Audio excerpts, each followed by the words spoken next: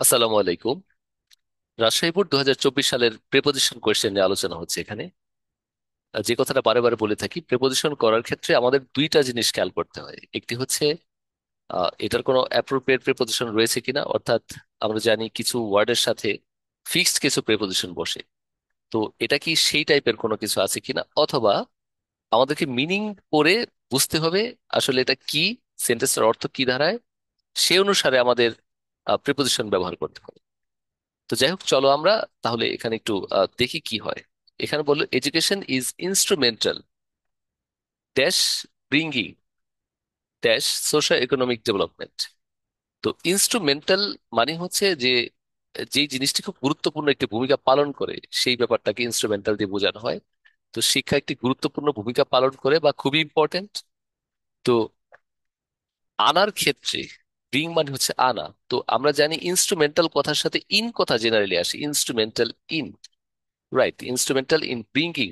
R bring about মানে হচ্ছে এটার পরে যে ওয়ার্ডটা আসবে দ্যাট মিনস সেই ক্ষেত্রে একটা পরিবর্তন নিয়ে আসবে, সুতরাং এখানে অ্যাবাউট বসবে। তো এখানে তাহলে মূল বিষয় হচ্ছে যে শিক্ষা হচ্ছে খুবই গুরুত্বপূর্ণ আনয়ন করার ক্ষেত্রে, সামাজিক, দ্যাট মিনস অর্থ সামাজিক উন্নয়নের আনার ক্ষেত্রে, অর্থাৎ উন্নয়ন সাধন করার ক্ষেত্রে এটি খুবই গুরুত্বপূর্ণ। এই জন্য ইনস্ট্রুমেন্টাল ইন আর ব্রিঙ্গিং অ্যাবাউট, রাইট। আচ্ছা, এ ম্যান ডিভয়েড ড্যাশ, এই ডিভয়েড কথার সাথে অফ কথাটা কিন্তু appropriate preposition. A man devoid of মানে যার নেই, বঞ্চিত, এডুকেশন শিক্ষা নেই যার মধ্যে, বা যে শিক্ষা থেকে বঞ্চিত, can not contribute dash society, সমাজের কোনো বা সমাজে কোনো অবদান রাখতে পারে না। আর কন্ট্রিবিউট কথার পর টু কথা, এটা একটি অ্যাপ্রোপ্রিয়েট প্রিপোজিশন। কন্ট্রিবিউট টু অর্থাৎ সমাজে কোনো অবদান রাখতে পারে না। আচ্ছা, এরপর দেখো, অন দ্য আদার হ্যান্ড, অপরদিকে, an educated man plays a pivotal role। আচ্ছা, একজন শিক্ষিত মানুষ একটি গুরুত্বপূর্ণ ভূমিকা পালন করে, মূল ভূমিকা পালন করে ড্যাশ ইনহ্যান্সিং দ্য পিস। আচ্ছা, দ্যাট মিনস বাড়িয়ে দেওয়ার ক্ষেত্রে দ্য পেস, তাহলে ইন ইনহ্যান্সিং অর্থাৎ বাড়ানোর ক্ষেত্রে the pace dash social economic development, the pace of social economic development, অর্থাৎ আর্থসামাজিক উন্নয়নের, আই মিন গতি বাড়ানোর ক্ষেত্রে খুব গুরুত্বপূর্ণ ভূমিকা পালন করে। তাহলে এখানে আমরা অফ কথাটা দিতে পারি, রাইট। আচ্ছা, এরপর আমরা দেখি, a country should put much emphasis dash. তো এখানে বললো একটি দেশের মাচ ইমফ্যাসিস অধিক গুরুত্ব দেওয়া উচিত, তাহলে ইমফ্যাসিসের পর অন কথা বসে, যেটার উপর গুরুত্ব দেওয়া হয় সেটার আগে অন বসাতে হয়। তাহলে এখানে অন কথা আসলো, right. On educating it's citizens, অর্থাৎ এটার নাগরিকদেরকে শিক্ষিত করার উপর তাকে খুব বেশি জোর দিতে হয় একটি দেশকে।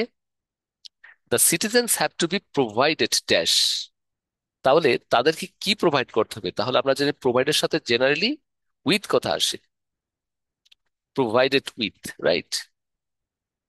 আচ্ছা, তাহলে সিটিজেনদের সিটিজেনদের আহ, কে, আচ্ছা, সিটিজেনদেরকে যোগান দিতে হবে অ্যাম্পল অপরচুনিটিস, অনেক সুযোগ সুবিধা দিতে হবে, যাতে দে ফিল কিন ইন্টারেস্ট ড্যাশ, আর ইন্টারেস্ট কথার পরে ইন কথা আসে, রাইট। এটা একটা অ্যাপ্রোপ্রিয়েট প্রিপোজিশন, যাতে তারা একটা আগ্রহ ফিল করে কিসের মধ্যে, ইন গেটিং দেমসেলভস এডুকেটেড, অর্থাৎ তাদেরকে শিক্ষিত করার ক্ষেত্রে তাদের মধ্যে একটি আগ্রহ তৈরি হয়।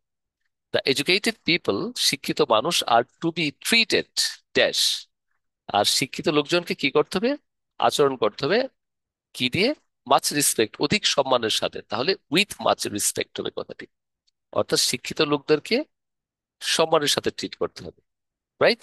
তো এই হচ্ছে তাহলে আমাদের এখানকার টোটাল প্রেপোজিশনটুকু, তোমরা একটু খেয়াল করো, রাইট।